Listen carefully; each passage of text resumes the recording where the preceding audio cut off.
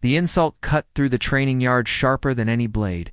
"Useless female trooper," he said, loud enough for the entire platoon to hear. Laughter scattered across the dust. She felt every pair of eyes land on her like a weight she hadn't asked to carry. She didn't flinch, didn't blink, didn't even let her jaw tighten.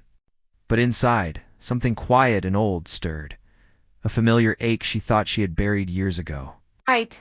Before I tell you what happened next, tell me in the comments where you're rewatching from. I love knowing who's listening. Her name was Rhea Calder.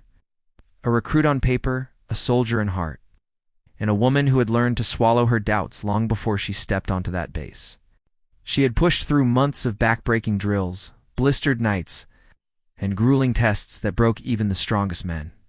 Still, she remained invisible in the eyes of some, especially in the eyes of Corporal Maddox, the man who had just humiliated her in front of everyone. Maddox was the kind of soldier who believed strength was loud. His voice boomed, his boots stomped, and his pride soared high enough to cast shadows across weaker spirits. He'd earned medals, sure, but he'd also earned a reputation for crushing anyone who threatened his ego. Rhea wasn't there to threaten him. She only wanted to prove to herself that she belonged. But humiliation had a way of lighting a fuse that even the calmest of souls could feel. The wind carried the dusty scent of the yard as the drill sergeant barked orders for the upcoming combat spar. Soldiers lined up in a loose semicircle, murmurs rippling through them. Some whispered sympathy for Rhea, others whispered doubt. She kept her breathing steady, her fingers tapping lightly against her thigh, small nervous habit she never quite broke. Her mind drifted back to the first day she arrived, overwhelmed by the noise, the judgment, the heavy expectations. She thought she'd never see Maddox again after that first encounter. She was wrong. He seemed to appear everywhere, sneering, mocking, pushing her buttons like it gave him purpose. Now, today, she would have to face him. Not with words, not with tears, but with the calm, disciplined strength she had built inside herself, one sunrise at a time. The sergeant called their names for the spar. Maddox smirked, rolling his shoulders as he stepped into the dusty ring. "Try not to cry," he muttered as she approached. Rhea didn't respond. She simply tied her gloves with careful precision, each pull firm and deliberate.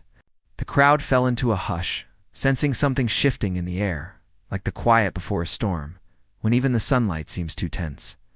The whistle blew. Maddox charged forward, confidence dripping from every step. His fists swung hard, wide arcs meant to intimidate more than strike. Rhea moved lightly, stepping back with fluid grace, her eyes tracking every motion with controlled calm. He laughed, mistaking her calculated retreat for fear. "See? Useless," he barked, but she wasn't retreating. She was reading him. Every heavy breath he expelled, every shift in his stance, every gap left open by arrogance. Then she moved, like a quick sidestep, a pivot. She slipped under his arm, letting his momentum drag him forward. Her elbow struck his ribcage with quiet precision, a soft sound, but enough to make him gasp. The crowd murmured, leaning forward.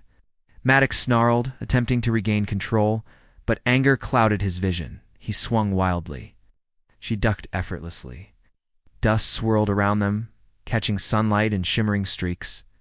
Rhea's heart pounded, not with fear, but with something deeper, the realization that she wasn't fighting him. She was fighting the ghosts of every voice that had told her she wasn't enough, every doubt she'd carried, every time she'd forced a smile while swallowing pain.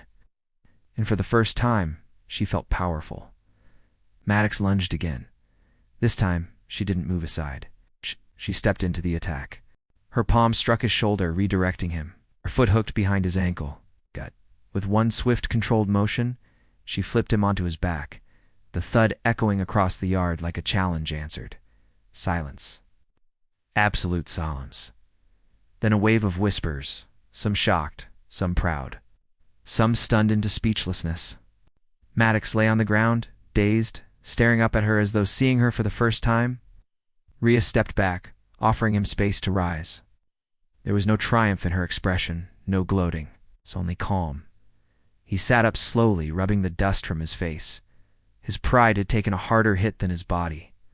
He opened his mouth, maybe to argue, maybe to insult again, but no words came. Because kindness was staring right at him, Rhea extended her hand. Simple gesture. Quiet. Steady. And for the first time in his life, Maddox recognized the difference between strength and cruelty. A flush of shame crossed his features. He hesitated, then took her hand. She pulled him up with surprising ease. The crowd erupted into applause, not thunderous, but meaningful, respectful. Acknowledging something rare, Sargent nodded once deeply. Good form, Calder. Warmth flickered in Rhea's chest. Validation. Hard-earned. Finally, Maddox swallowed, still holding her gaze. You're stronger than I thought, she offered a small smile. Psst. Most people are. As the sun dipped lower, casting long shadows across the training yard, Rhea felt something loosen inside her, the grip of self-doubt easing, the echo of his insult fading. She had proven herself, but more importantly, she had done it with grace rather than vengeance. Because strength isn't loud. Strength is steady. Real strength never seeks to break, only to rise.